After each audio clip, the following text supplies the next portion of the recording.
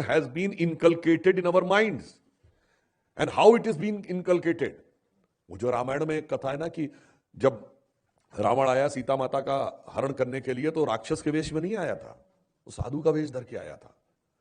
तो it is coming engulfing itself in the garb of many positive type of you can say camouflage कि भाई ये तो modernisation है, ये तो ग्लोबलाइजेशन है, ये तो इंडिविजुअलिज्म है, मेरी सेल्फ आइडेंटिटी है, मेरी एक सेल्फ डिग्निटी है.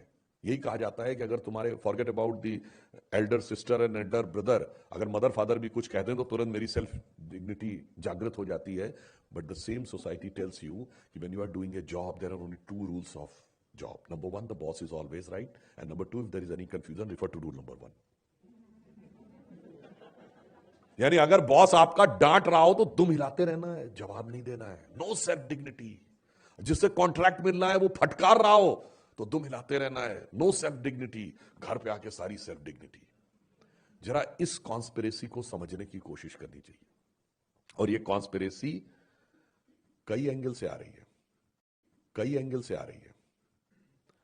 इसमें कई सारे एम इन्वॉल्व हैं. Macaulay thought, Marxist thought, market thought, और बाकी वाला तो हम आप समझते ही हैं. उसके लिए तो आप सभी बुद्धिमान हैं. अब आप ये समझिए, बच्चों को ये बताना चाहिए कि अभी आपको ध्यान हो जाए, पानी की बोतल आती ना 10 रुपए की, 10 रुपए की तो पानी की बोतल है, और फेसबुक फ्री है, YouTube free, Instagram free, Twitter free. सिर्फ इंटरनेट का पैसा देना है ना. Why it is free? अरे वो धंधा करने के लिए आए, आपको फ्री क्यों दे रहे हैं? And that too coming from that society whose established principle is then can never be a free lunch. वैसे एक वो पाकिस्तान के आर्मी चीफ को फ्री लंच दिया था ना, तो देखा उससे क्या क्या निकलवा रहे हैं. बेचारा ऐसा जाके फंस गया कि ना ईरान का रह गया, ना पाकिस्तान का रह गया, ना मुसलमान का रह गया, ना अमेरिका का रह गया. तो आप ये समझ लीजिए कि if they are providing anything is being provided free, it is capturing your mind. They are getting something out of that. तो बच्चों को भी ये समझने की जरूरत है. और इसलिए हमें इन चीजों का क्योर कैसे करना है, दैट इज वन थिंग. जैसे अभी कहा गया कि एनआईए की जांच होनी चाहिए, इन केसेस के बारे में एक्सपेडाइट होना चाहिए कोर्ट केस में. गवर्नमेंट को रूल्स एंड रेगुलेशंस बनाने चाहिए. केरल में हमारी गवर्नमेंट नहीं है, फिर भी जितना संभव हो सके सेंट्रल गवर्नमेंट की तरफ से. और दूसरा है प्रिवेंशन. क्योर और प्रिवेंशन दोनों जरूरी है. क्योर तो अलग चीज है, प्रिवेंशन के लिए जरूरी है कि बच्चों में इस बात की जागरूकता हो और उन्हें बताना चाहिए. जिसे ऑन द लाइटर नोट एक लाइन में कहूंगा कि बिटिया इस संसार में संभल के चलियो जाए, ना जाने किस भेष में कब रावण मिल जाए. तो आपको यह समझ के चलना होगा कि हर दिखने वाला उसको फेस वैल्यू पे नहीं लेना है, क्योंकि बहुत से इंपोस्टर्स घूम रहे हैं जो कि आपको डिस्टर्ब करना चाहते हैं. और दूसरी बात, हमें अपने बच्चों को इस विषय के ऊपर जागृत करना होगा. जैसे अभी वो प्रश्न पूछा गया, उन्होंने कहा कि तुम्हारे यहां तो बंदर हनुमान जी हैं और नंदी बैल हैं और गणेश जी ऐसे हैं. इसकी जेनेसिस कहां से? 1854 में Karl Marx Chicago Herald Tribune में एक आर्टिकल लिखता है कि whatever the destruction Britishers are doing in India, though it is painful but pleasurable also. क्योंकि उन्होंने कहा कि ये हिंदू समाज चाहे कितना भी उन्नत हो, कितना भी समृद्ध क्यों ना हो, पर जो बंदर हनुमान नंदी बैल और हाथी गणेश को पूजते हैं वो मूर्ख हैं, वो इसी लायक हैं कि उन पर हुकूमत की जाए. अब मजे की बात यह है कि इस ढंग के थॉट प्रोसेस हमें सिस्टमेटिकली एजुकेशन से लेके मीडिया तक सब जगह पढ़ाया जाता है, और इसका काउंटर कहीं से नहीं आता है. काउंटर इसलिए नहीं आता है कि either mother father are too much busy in their own career and work, and second thing, most of them are not aware, because इससे पहले की जो जनरेशन थी दे वर अवेयर. जो हम लोग के ग्रैंडफादर और ग्रैंडमदर थे वो तो अवेयर थे. आज की तो बहुत सी जनरेशन को अवेयरनेस ही नहीं है. इसलिए कई बार हमें इन चीजों को समझने की आवश्यकता भी होती है कि ऐसा क्यों है. जैसा I have already told it before, तो मैं रिपीट करना चाहता हूं कि भाई हनुमान जी बंदर क्यों है, वो वानर क्यों है? वो वानर है, उसके बाद बाल ब्रह्मचारी हैं, फिर अतुलित बलशाली हैं, और इसके बाद भगवान के सबसे निकट हैं. और भगवान राम के पुत्र लवकुश के मंदिर नहीं होते, हनुमान जी के मंदिर हैं, और हनुमान रामचंद्र जी से ज्यादा है. ऐसा क्यों है?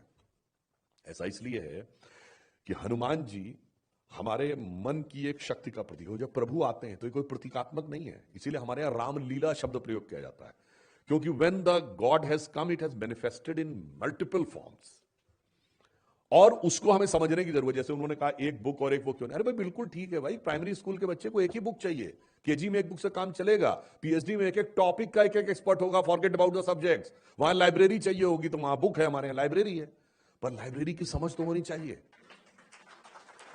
आप ये समझिए कि हनुमान जी ऐसे क्यों हैं, आपने कभी देखा होगा, वो हमारे मन की चंचल वृत्ति के प्रतीक है। आपने वानर को अगर देखा हो तो एक क्षण के लिए शांत नहीं बैठता। आप किसी लुक एट एनी मंकी, दो Hanuman ji is not monkey, is symbolisation कि वानर क्या है उसको समझिए। वो कभी यूं देखेगा, कभी ऐसे देखे, कभी ऐसे देखेगा। आप आंख बंद करके ध्यान लगाइए, एक क्षण के लिए एक विषय के ऊपर ध्यान नहीं एकत्र होगा, कभी इस टॉपिक पे भागे, उस टॉपिक पे। अब बानर बाल ब्रह्मचारी, इसका मतलब आप मन को नियंत्रित करिए, और मन सर्वाधिक आवेग से जिस चीज पे भागता हुआ है काम वासना, if you are able to control your mind to that extent, तो आपको क्या मिलेगा? अपरिमित शक्ति। और ये कौन सी शक्ति है? हनुमान जी के बारे में ये भी आपने पढ़ा होगा कि हनुमान जी तो अपनी शक्ति भूले हुए थे, फिर उन्हें याद दिलाना पड़ा कि काचु पिसाद रहा बनवाना, पवन तने सुत पवन समाना। तो वो हमारी शक्ति है, हम उसे भूले होते हैं, वो वर्ल्डली अफेयर्स में हम उसको भूल गए होते हैं। फिर वो शक्ति जागृत होती है, फिर हमें समस्त सिद्धियां और रिद्धियां, अष्ट सिद्धि नवनिधि के दाता, वो हमें ही प्राप्त होती है। Then you become closest to God. और फिर गॉड का काम कौन करेगा? भगवान का काम हनुमान जी करेंगे। लंका कौन दहन करेगा? हनुमान जी करेंगे। अशोक वाटिका कौन उजाड़ेगा? हनुमान जी उजाड़ेंगे। आप ये समझिए कि he symbolises the evolution of our conscious energy with the refrain and constraining your energy inside and getting in closer and closer to God। इसीलिए उनके हृदय में राम विद्यमान है। अब मैं पूछना चाहता हूं, ये हनुमान जी का ये स्वरूप समझने लायक बुद्धि मार्क्स में थी? हम मूर्ख नहीं थे, ये मार्कस मूर्ख थे। और उससे ज्यादा मजेदार बात यह है कि वो लोग मूर्ख हैं जो उन्हीं को अपना माई बाप माने बैठे हुए हैं। मतलब मुझे याद आता है कि जब हम लोग बच्चे थे तो टीवी पे एक सीरियल आता था, कक्का जी कहिन। जो हमारी जनरेशन वाले या उससे सीनियर होंगे उन सबको याद होगा।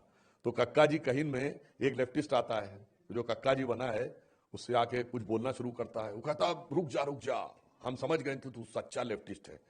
तो उन्होंने पूछा अभी तो मैंने कुछ बोला नहीं, आप कैसे समझ? अरे हमका पता है तू यह बोले वाला है, फट जा, फूट जा, बिखर जा, बन जा ज्वालामुखी। तो कहते मगर आपने ऐसे समझा कैसे? अरे मैं तू तो देख रहे समझ गया तू लेफ्टिस्ट। कहन कैसे? अरे कहन पढ़ाई लिखाई लेफ्ट, धंधा पानी लेफ्ट, घर चौबारा लेफ्ट, देश समाज लेफ्ट। जब तू सब कुछ लेफ्ट कर दिया तो लेफ्टिस्टे हुआ ना। तो अब आप ये समझिए, बच्चों के दिमाग में भरा जाता है कि तुम इस चीज को छोड़ दो। हमारे धर्म ग्रंथों में कितनी गहराई है उसको समझने का प्रयास करना चाहिए। हमारी पार्टी के एक लीडर थी, उन्होंने कहा कि हमारे बच्चे हमसे पूछते हैं कि जो हिस्ट्री हमें पढ़ाई जाती है वो क्यों क्रेडिबल नहीं है?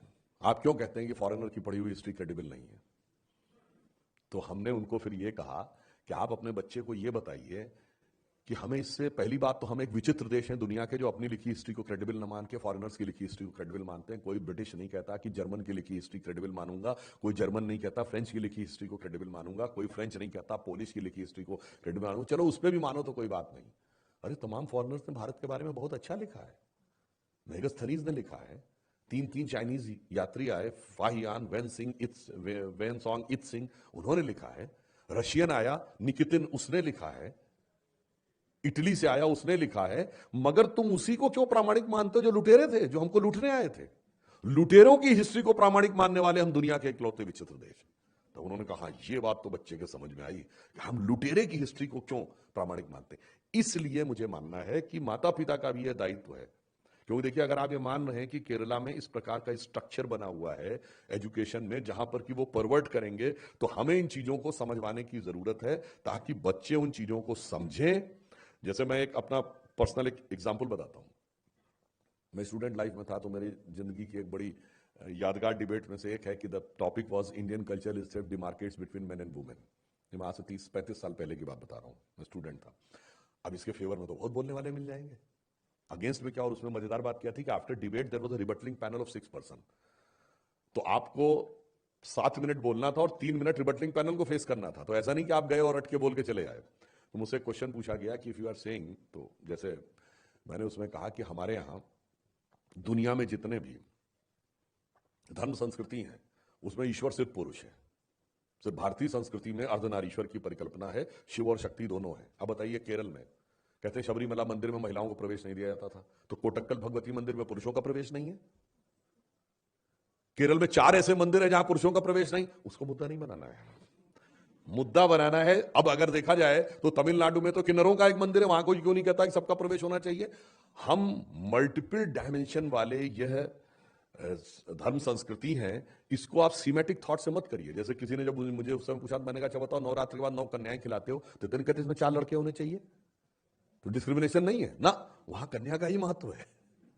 तो इसलिए इस बात को समझना चाहिए कि कौन सी चीज किस प्रकार से, हमें अपने बच्चों को भी इस बात को समझाने का प्रयास करना चाहिए कि स्ट्रक्चर्ड सेटअप से जो चीजें आपके दिमाग में परवर्ट करके रखी जा रही हैं उसको आप किस ढंग से काउंटर करके सही ढंग से बताते। उसमें एक सवाल पूछा गया कि if it was so, then how come Krishna was having 10,000 wives.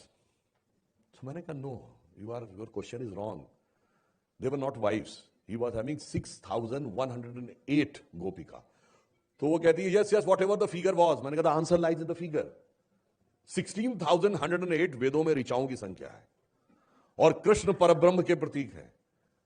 Krishna को काला क्यों कहा गया है? आप ध्यान लगाते हैं तो it is black in front of you. आप किसी भी एक ऋचा को अपना आधार बनाकर ध्यान लगाइए, उसी ब्रह्मानंद की अनुभूति होगी जो दूसरी ऋचा से दूसरे को हो रही होगी। तो एक साथ कृष्ण 16,108 ऋचाओं के साथ रास करते हुए दिखाई पड़ते हैं। और ये बात हम ऐसे ही नहीं कहते हैं, सूरदास ने कहा है, जब धर्म घटे जब धरती पर, तब हरिलीन अवतार, और वेद ऋचा भई गोपिका हरिसो क्यों विहार।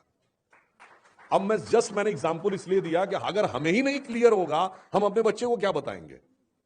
और उसका लास्ट में एक पॉइंट और भी कह दूं, अपने बच्चे को क्या बताएंगे। और उसका लास्ट में एक पॉइंट और भी कह दूं, बाकी सारे धर्मों में धर्म के ऊपर कमेंट कोई भी कर सकता है, सिर्फ वो जो एथोराइज्ड है। मगर हमारे यहां वहां मुल्ला मौलवी मुफ्ती मुकर्रम हाफिज बारी ही करेगा, आर्क बिशप कार्डिनल और फादर ही करेगा। हमारे यहां कोई भी करेगा, कुछ भी करेगा, बगैर पढ़े लिखे करेगा। उनसे कहो भाई मेडिकल पे कमेंट्री तब करना जब मेडिकल पढ़ के दिखाओ तो एमबीबीएस की डिग्री है, इंजीनियरिंग में तब तो दिखाओ जिस जमाने में तुम्हारे पास इंजीनियरिंग की डिग्री है। अब अगर कोई बगैर मेडिकल पढ़े हुए ये अपना व्यू देने लगे कि ये ऑपरेशन सही किया जा रहा है गलत, उसे क्या कहते हैं? झोला छाप डॉक्टर। तो ये जो झोला छाप एंटी हिंदू लोग आके खड़े हो गए हैं, जो कोई एक चीज निकाल लेते हैं और उसके बाद आपको क्रिटिसाइज करने लगते हैं। मैं लास्ट में अपनी एक डिबेट का उदाहरण देता हूं। एक सज्जन थे समाजवादी पार्टी के, कहने लगे भाई रामचरितमानस में जब शबरी के पास भगवान राम जाते हैं तो वो शबरी ये कहती है, अधम जाति में जड़मत भारी, कहीं भी स्तुति करो तुम्हारी। तो ये मुझ पे आपत्ति है कि मुझे अधम क्यों कहा। तो मैंने कहा जी ये तो कई बार ये होता है कि आप रिस्पेक्ट देने के लिए कहते हैं। अब आपकी पार्टी के नेता आते हैं तो आप कहते हैं मैं आपका बच्चा हूं, इसका मतलब रियल में बाप थोड़ी कह रहे हैं उनको। ठीक, अब मैंने कहा चलो ठीक है, अब इसके आगे की लाइन बताओ। अब आगे की लाइन पता ही नहीं। मैंने कहा ठीक, इसके आगे की लाइन है, ये तो वाक्य शबरी ने बोला है, अधम जाति में जड़मत भारी, कहीं भी स्तुति करूं तुम्हारी, मैं इतने नीचे स्तर पे हूं, मैं आपकी कैसे स्तुति करूं। तो रामचंद्र जी क्या बोलते हैं? कहे रघुपति सुनी भामिनी बाता, मानहु एक भगत कर नाता। वो कहते हैं सुनो मैं सिर्फ भक्ति का नाता मानता हूं। और आगे वो क्या कहते हैं? जात पात कुल धर्म बढ़ाई, धन बल परिजन गुण चतुराई, मैं इन 10 चीजों से नहीं मिलता।